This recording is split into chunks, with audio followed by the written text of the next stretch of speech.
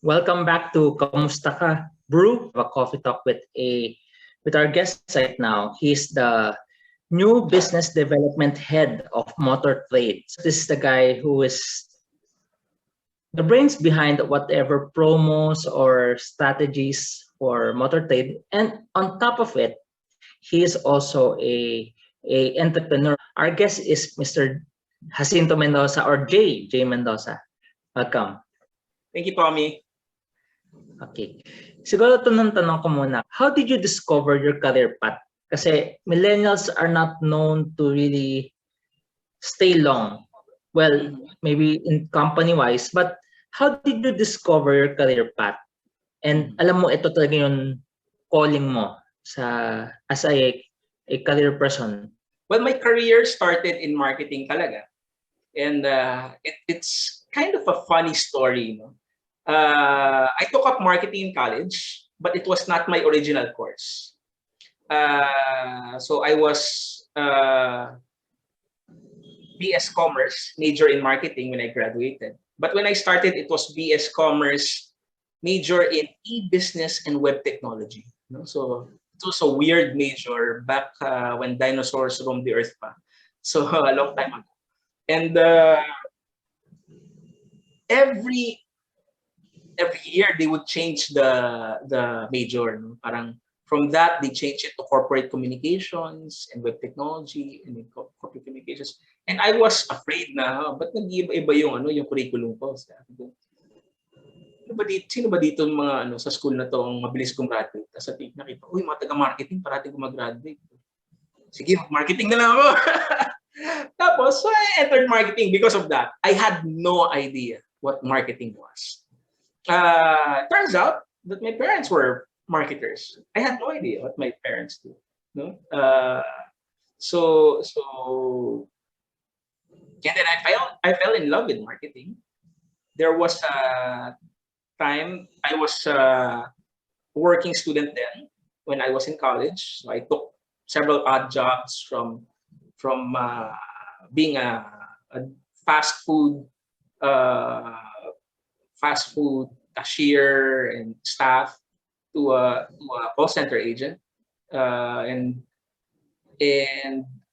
there was a competition in school. It's an inter-school competition called MarkProf. It was a marketing boot camp, and I was so I said, "There's no harm in me trying to join it. I mean, I heard there's cash prize or something."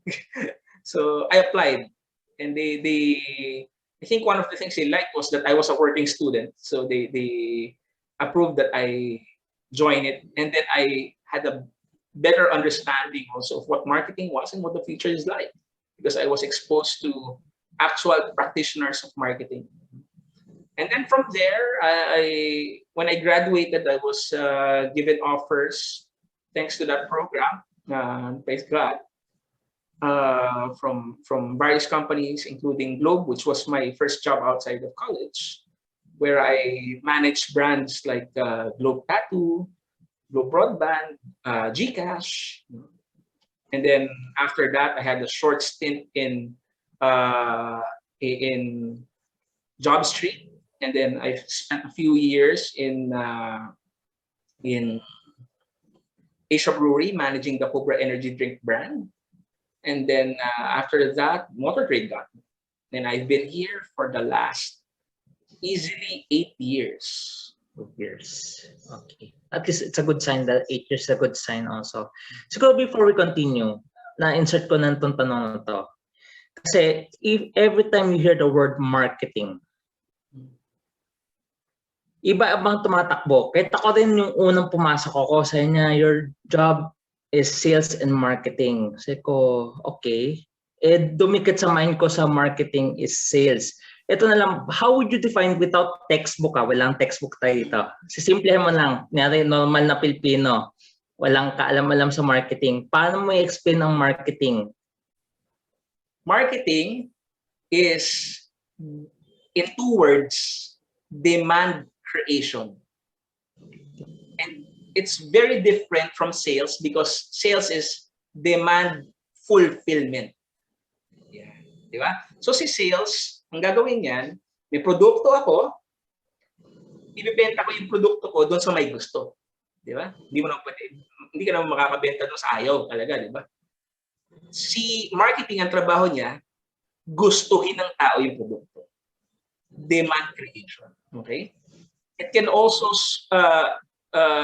span from product development, no? Which is my current job now as new business development. I literally create new product services and even new companies if necessary, no? New revenue streams. Pero marketing can make people want to buy, understand that there is a need. So yun. So simplify na natin, basically marketing is demand creation. So it's your job to how to make the people want it. Hindi ikaw ang nagbebenta.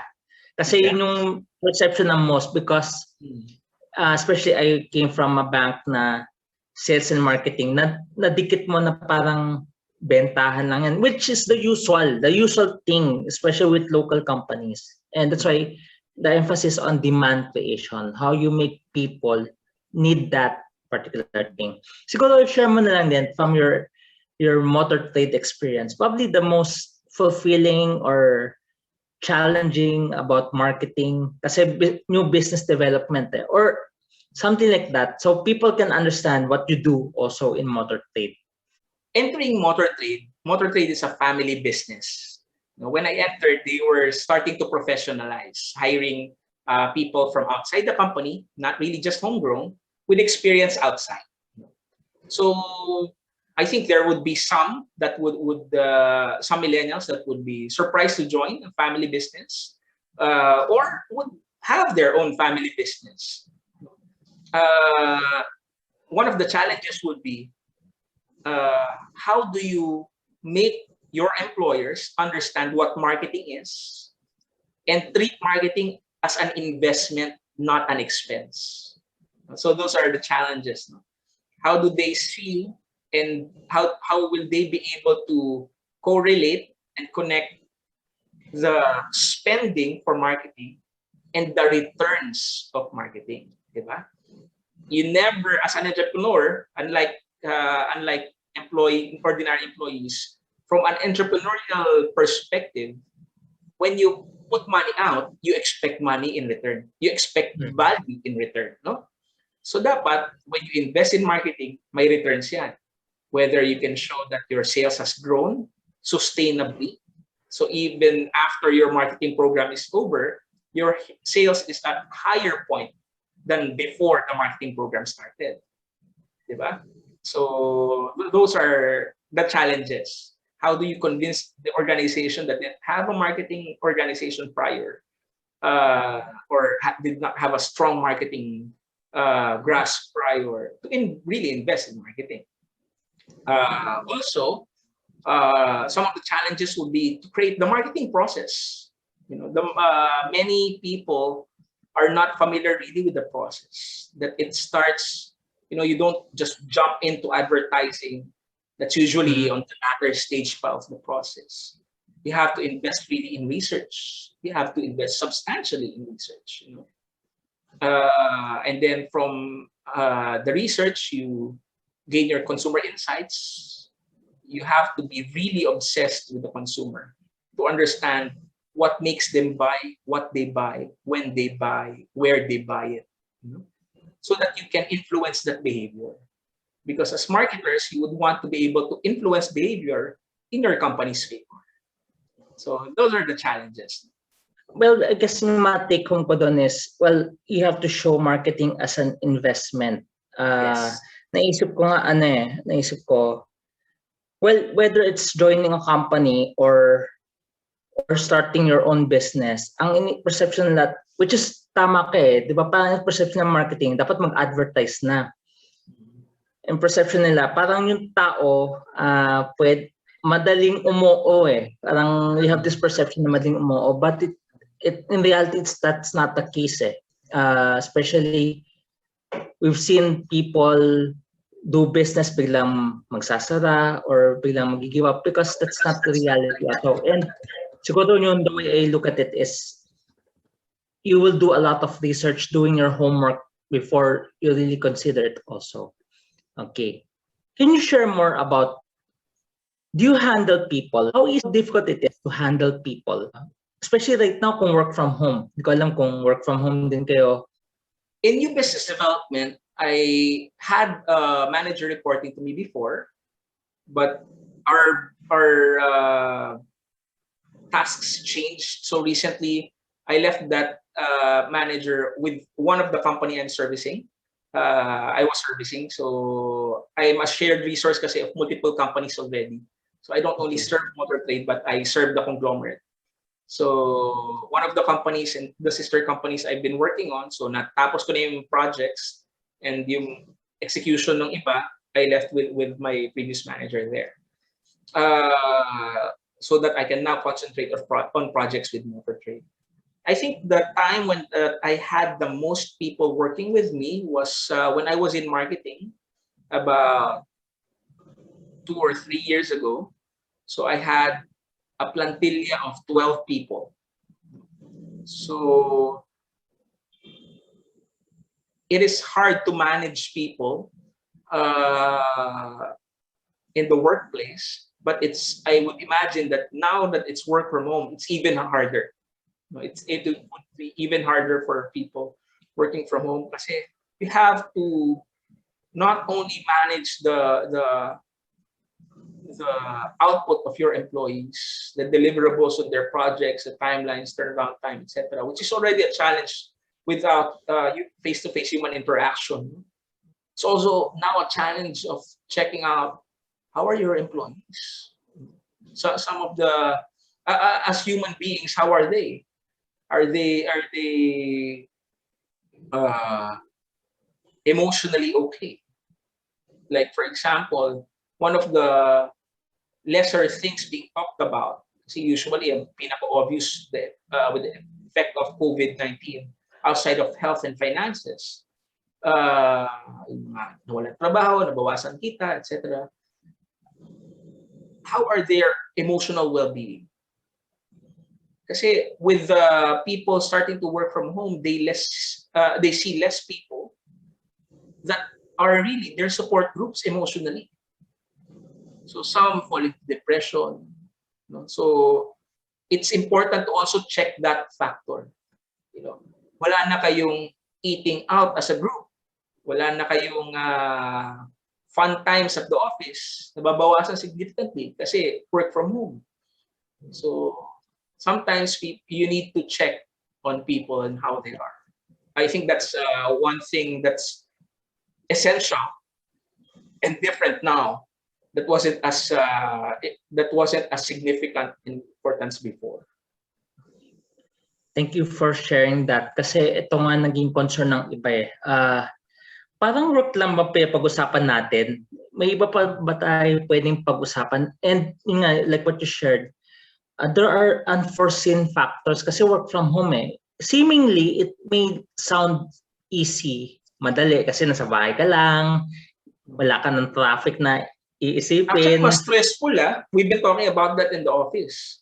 Because now, especially if you have children, kung before you can just focus on your work at the office, you can not think about them muna. Now, you've got your bunso tugging at your shoulder while you're working. Na, kailangan ko ng ganito, kailangan ko ng ganon, di ba? Now you have to cook. So, before bili ka lang sa labas, kain ka na, etc. Now you have to spend some time cooking. I learned how to cook during the pandemic. I used to not cook. Now, kaluluto ko lang ng menudo. Pero before, you don't have to work. You don't have to think about those when you're working outside. I saw a funny meme kanina. I'm not even sure if the news was true, but apparently the vets were saying that there were some problems with cats nowadays because cats now at home are being more stressed because their owners stay much more in the house. Unlike the dogs are happier. The cats, parang ba't nandito ka na naman? Did you get fired? Thank you for sharing that. Kasi parang kasi perception natin, especially work, minsan there's no boundaries anymore. Talagang inisip na, nasa bahay ka lang naman eh.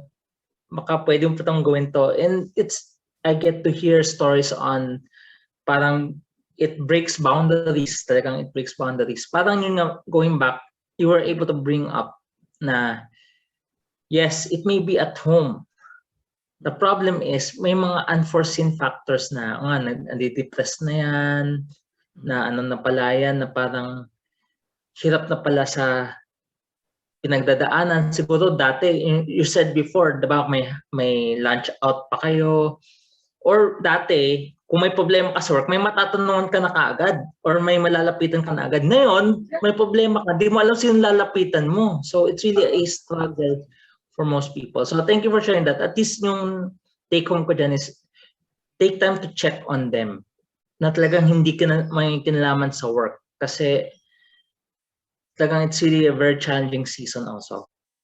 Syempre, you also do business also. And it's a really perfect, not really perfect, but that's the kind of the ideal thing right now. It's either because they lost their job or taking a lesser work pay, lesser work days. Talagang people, ang iniisip ng tao lagi is, ano ma pwede kong income, additional income. So when you talk about you being an entrepreneur, how did you discover the right business for you? I don't think that my journey in entrepreneurship is I had money and then looked at all the options and choose from those options. I wasn't blessed with that. So most of the business opportunities that I have, really God gave. I saw that there was an Airbnb about 3 years ago before the pandemic hit. And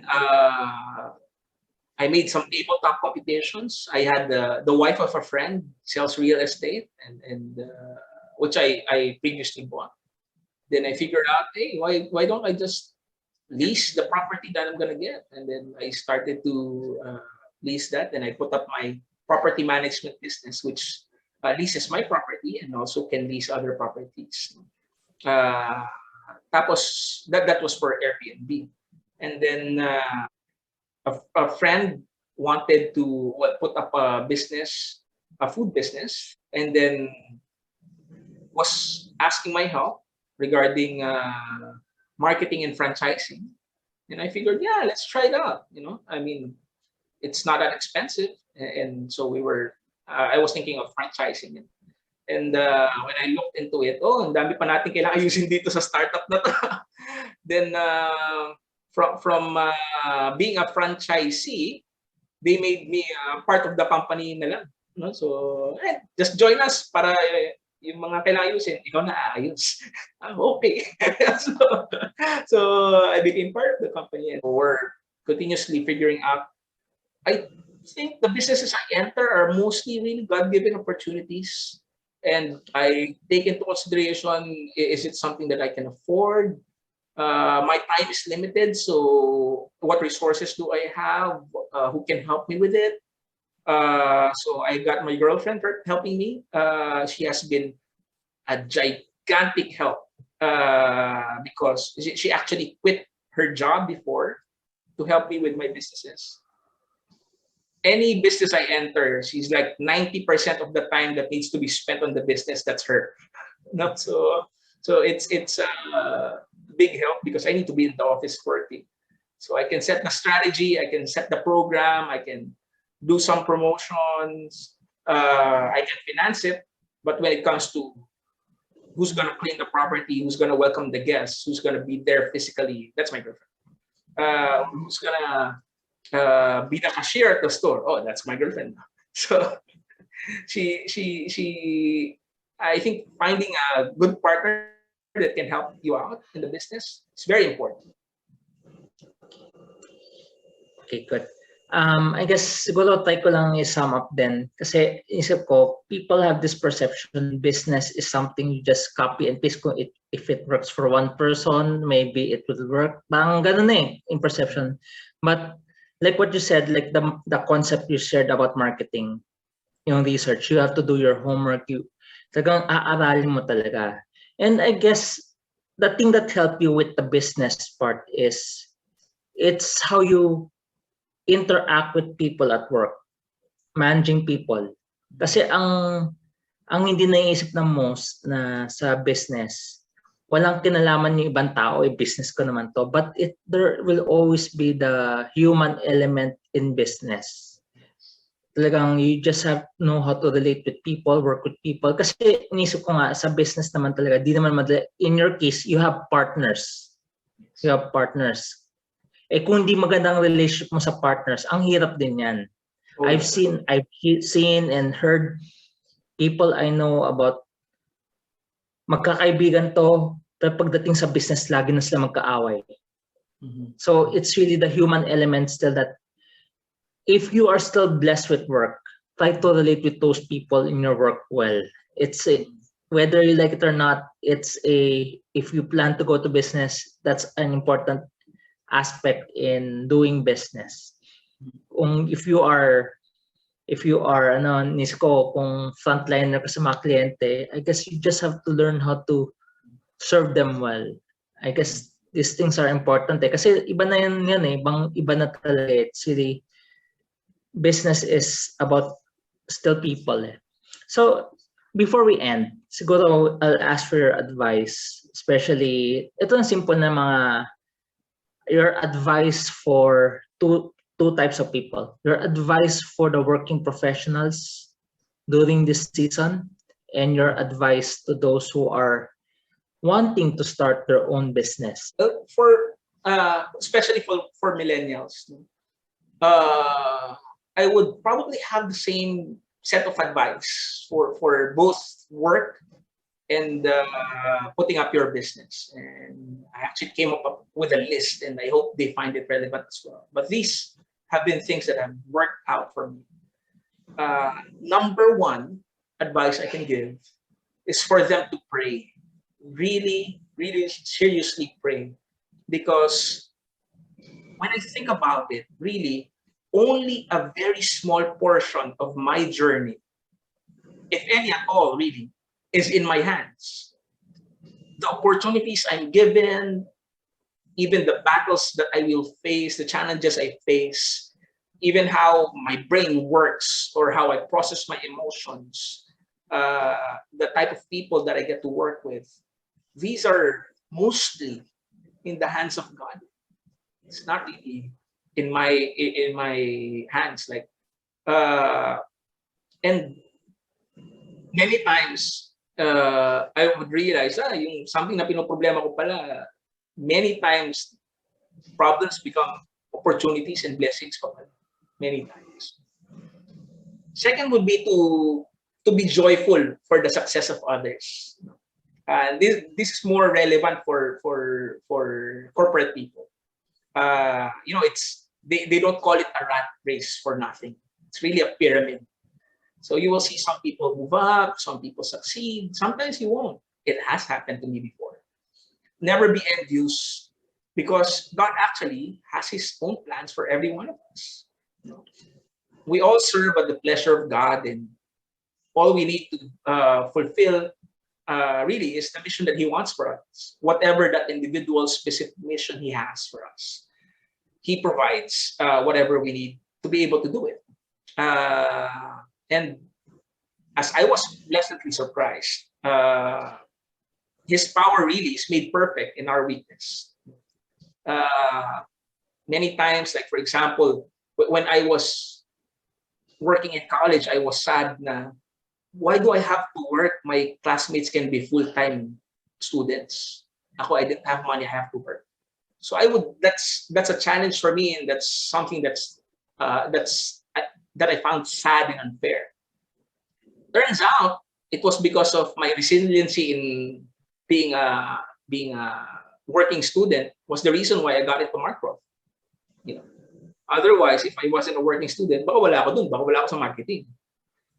There was a time when I was working in telco, and twice I was not promoted. I was pushed for a promotion by my boss, but since the departments I worked with were some of the most heaviest and toxic brands to manage,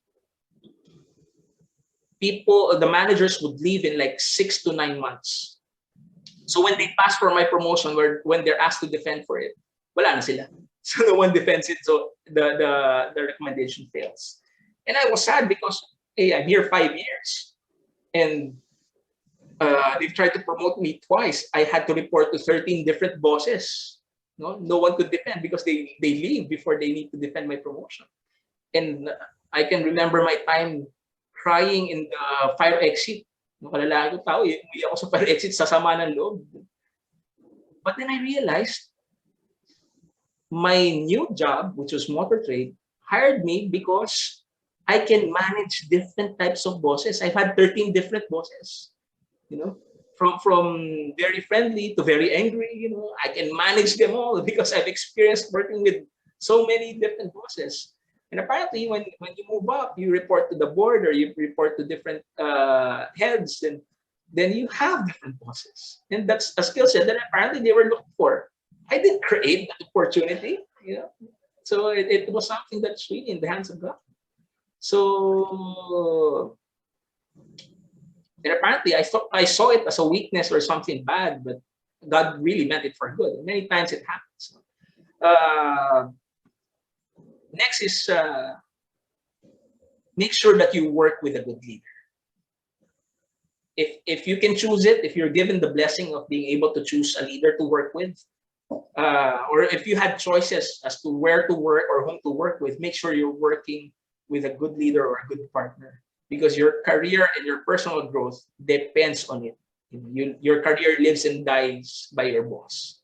That's true. I've seen that many times. This is something, again, it's, for many of us, it's in the hands of God kung sino magiging boss mo. For marketers and entrepreneurs, you have to be really obsessed with your consumers. You have to know who they are, why they buy, what they buy, when they buy, and where they buy it. Never be afraid to deep dive into hours of sleepless nights reading and interpreting behavioral data. Merong kasabihan si Dr. W. Edwards Deming that in God we trust, all others must bring data. So as a marketer or even as an entrepreneur, before you put money in it, check the data first. Also, especially for employees naman and the leaders, be the here I am guy. Sa workplace, they call it the go-to guy. From a biblical perspective, I call it the here I am guy. Kasi the likes of Moses, Abraham, Jacob, Samuel, Isaiah, everybody, all of these people are dependable when called for by God. They always answer, here I am. So in the workplace, it's good to be the here I am guy when something needs to be done, even if it's sometimes out of your scope. Because when you take those jobs in, you become the dependable person that everyone wants to work with, your bosses will want to work with. And it really opens up opportunities that you've never even dreamed of. At the end of the day, resources are finite, opportunities are finite, and they go to the person who is the dependable one in the office. So deliver on your commitments, and show genuine concern for your employer's business and your employees and your suppliers. Never let people that you work with do things that you yourself won't do. And I've seen this many times that when people that you work with and people that work with you, right, employees mo as an entrepreneur, see that, hey, you're there and you're not asking them something that you yourself will not do if it's overtime, carrying whatever load, going out of scope. If it's something that you would show them that you yourself will do it, it encourages actually them that they're not alone and that their boss is also someone that is willing to do it with them. Don't be afraid to fail. Fear is where innovation and dreams go to die. Whenever there's friction, don't be afraid to figure out better ways to do things. There usually is. And lastly, if you're a public Christian leader, it's never just a job. It's never just a business. We are ambassadors, whether we like it or not. We represent what Christianity is in the workplace. It's been said that many times we are the only Bible many people will ever read. So will people have a better understanding of Christianity and want to know and follow Jesus when they work with us? It will depend more on how dependable we are and how well we treat others.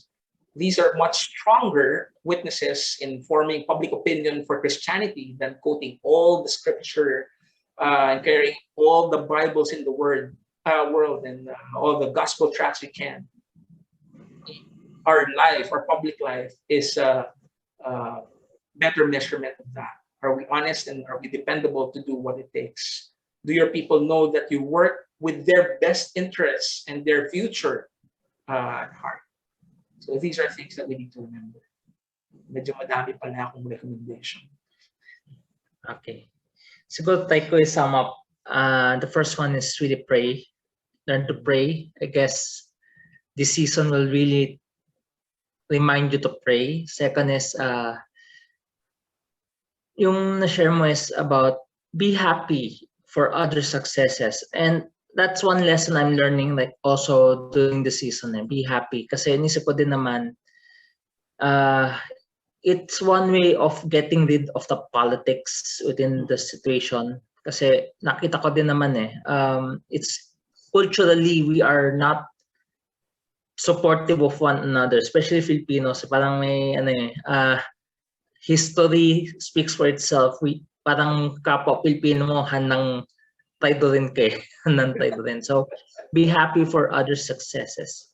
So that I guess it's a golden rule din naman. If you're happy for them, they will be happy for yours also. So third is draw out the lessons from your experiences. I guess syempre inisip ko din naman kanya-kanyang stories, kanya-kanyang mga problema, but there are lessons that we can draw out from it that we can use for the situation, for our own personal growth.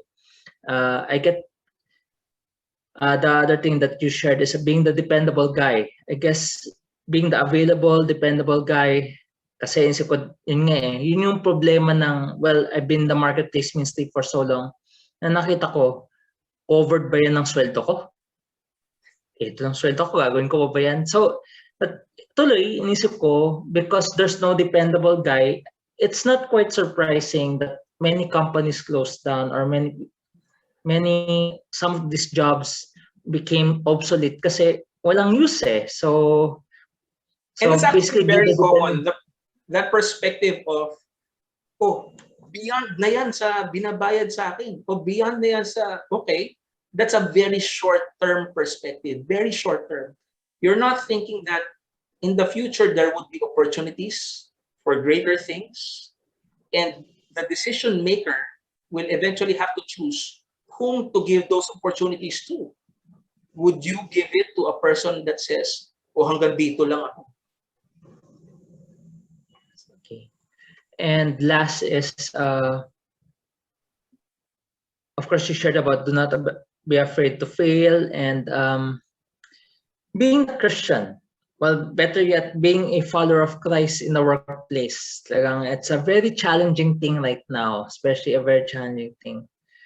So thank you for sharing those advice, and I hope my viewers na this something can help you also, especially during the season. I guess just like the previous interview I did, if there's something in common, nakita ko na it's so important that you make yourself specialized in a sense that people need you. Kasi isip ko din naman, if you are called for career, what differentiates you from others?